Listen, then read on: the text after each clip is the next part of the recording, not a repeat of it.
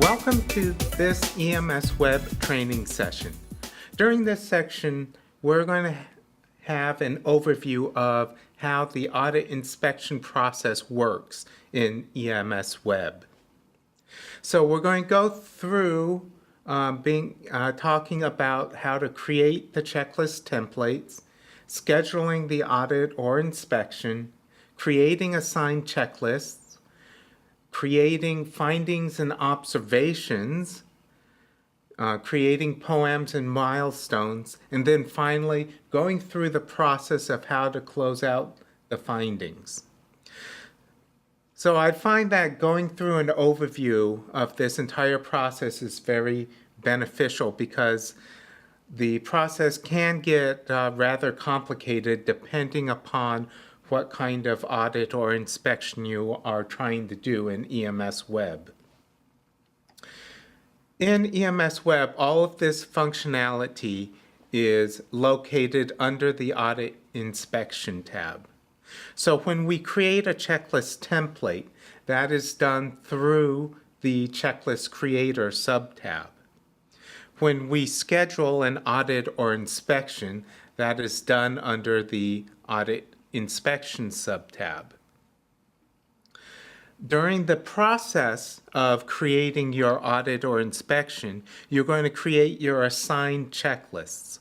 These are checklists that are assigned to specific personnel to fill out. Please note that the checklist templates that you create cannot be filled out as a checklist. You have to first create your assigned checklists, and then those are what are filled out. From the assigned checklist, you can create your findings and observations, or you can create your findings and observations directly from the audit inspection profile, or you can go to each individual subtab, findings and observations subtabs, and create your findings and observations there. Once the findings and observations are created, it is from those findings and observations that you create the POAMs and milestones. From the Audit POAMs subtab, you can view all of the existing POAMs that are tied to audits or inspections. And then finally, we'll go through the process to close out the findings. So when we talk about creating checklist templates, that is done through the EMSWeb subtab of Checklist Creator, and you can create your checklist template and populate it with questions that you manually enter and keystroke in through EMSWeb, or you can import questions that were created for List Builder. So List Builder is a separate web application that covers multiple DoD services, the Navy being one of them. And what we've done is we periodically import the List Builder questions into EMSWeb so you can use it when you create your checklist templates.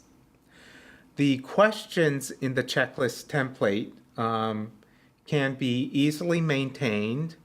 You can do that manually, or you can export the checklist questions into Excel, update them all in Excel, and then re-import it into EMSWeb.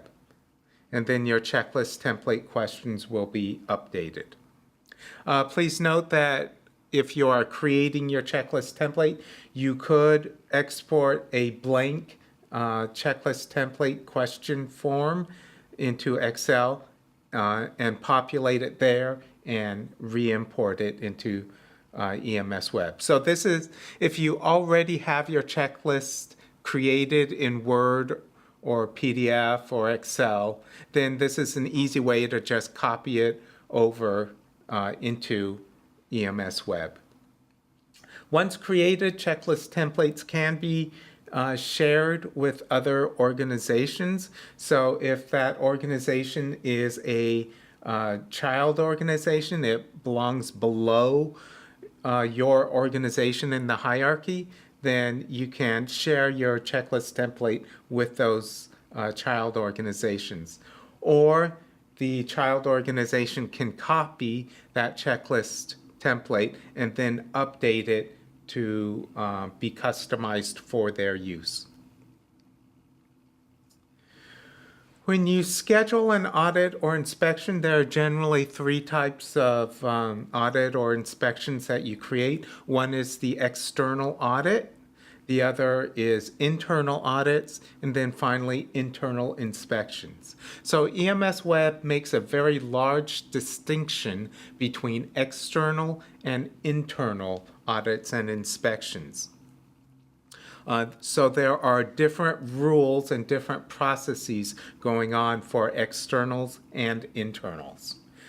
The main differences between them when you're setting up an audit or inspection is externals usually are one time, so they're only filled out once, while inspections can be recurring. So you can create a weekly tank inspection, and you just set it up once so it runs weekly for a year or two. When you create an audit or inspection, this is when you pull in your checklist templates, and then you can apply those checklist templates to other EMS items that you've created inside of EMSWeb. So your checklist templates can be applied to specific pieces of equipment, locations, practices, or permits. For example, if you're doing a weekly tank inspection, you can use a checklist template that was created specifically for storage tanks, and then you can apply it to the equipment that you've entered in, such as all of your individual tanks that you've put into EMSWeb as equipment. And then you can schedule a checklist to be filled out, which is an assigned checklist, for each piece of equipment using that checklist template on a weekly basis. We have locked down the personnel that can do specific functions in audits and inspections to assigned personnel. So within your audit or inspection, the lead auditor or the person who created the audit or inspection can determine which personnel have permissions to do things like fill out checklists, create findings and observations, finalize them, close out the audit inspection, and be the lead POC for closing out the findings. So all of that is defined with the assigned personnel. So within the audit or inspection, once you submit the audit, then all of the assigned checklists are created.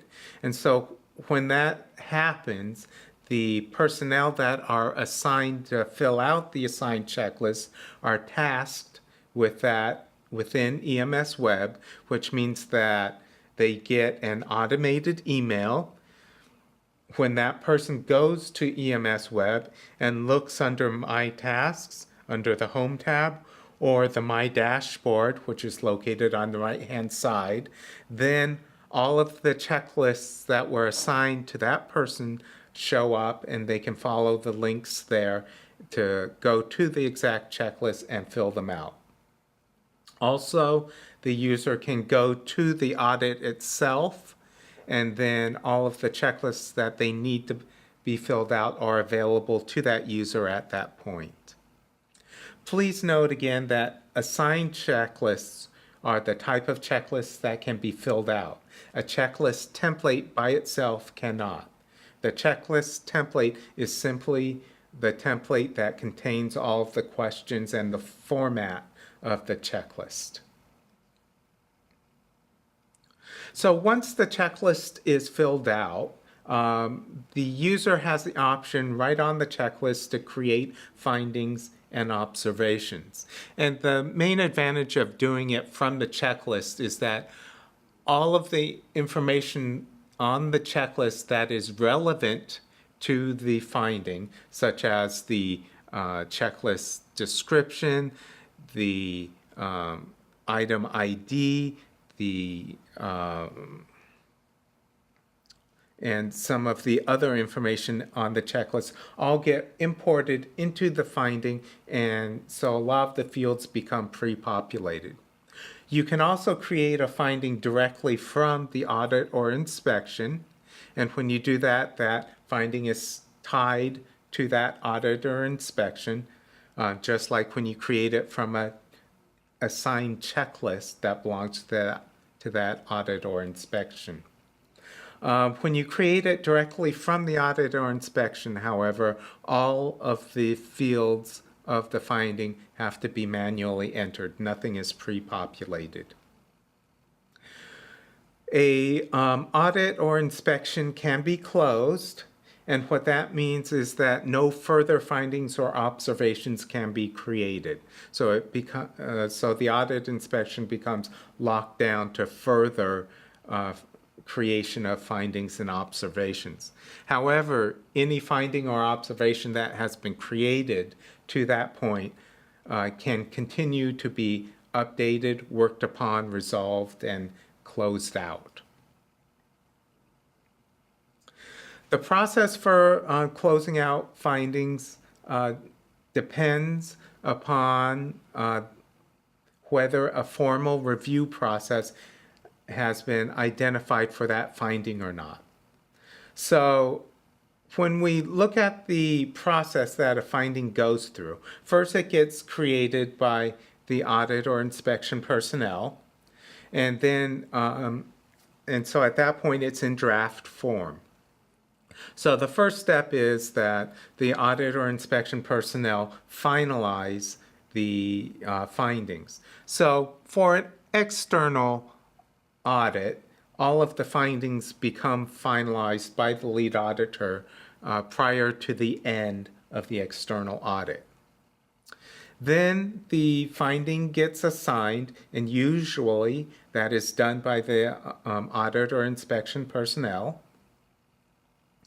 And it is during that assigning that it is determined whether or not a formal review process is required. So the procedure is for an external audit that a formal review process is always used. During a formal review process, a POAM is required. It has to be approved by either the lead auditor or the closure review POC, and all of the milestones must be completed. So once the POAM is approved and the milestones completed, then the finding can be resolved by the installation personnel and then submitted for formal review. So during the submit for formal review, the installation is pretty much saying, okay, my finding, everything has been done to resolve this finding, and it should be closed out. So when the installation uses the submit for formal review button, then an email gets sent out to the closure review POC and the lead auditor notifying them. They can go back into the finding, review what has been done, and then either close it out or they can kick it back to the installation with some text stating why it hasn't been closed out and what needs to be done to resolve the finding. And then the installation would go back and resolve and submit for formal review again. For internal audits and inspections, the installation can determine whether or not they want to use a formal review. If they do choose a formal review, then it works exactly like for an external audit. If they choose not to use a formal review process, then the finding POC can go ahead and resolve and close the finding by themselves without any approval process. So this is appropriate for a lot of issues such as findings that are fix-it tickets, where all you want to do is note that the action to resolve the finding has been completed and documented, and then close out the finding. So it's a very quick way of closing out the finding where any oversight is not needed.